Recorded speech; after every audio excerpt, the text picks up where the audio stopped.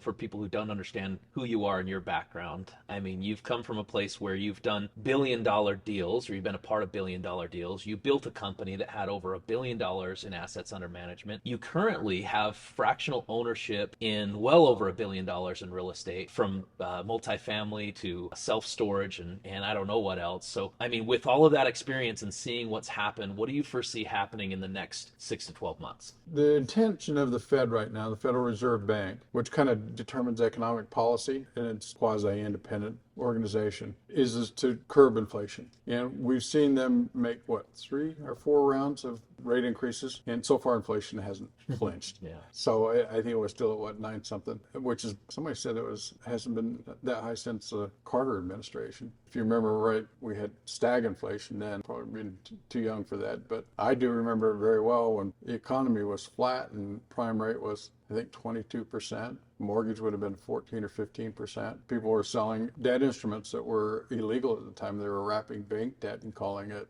wraps. So it was a form of using banks' money to provide seller financing, seller carryback financing. So I don't think we're going to get that bad, but I think this could take us a while to resolve. You certainly don't go through the COVID debt relief program like the one we just saw, where you dump trillions of dollars into the economy of free money and not have it inflate. And besides that, the job market's so strong right now. So everybody who wants a job's got a job, and it's very competitive and very tight. So a lot of people are competing for labor, which means you have to pay a higher price, because short supply means higher prices, and labor is a commodity like everything else. So And you end up paying for bad labor, which ultimately means you pay double. Double. Yeah, even worse.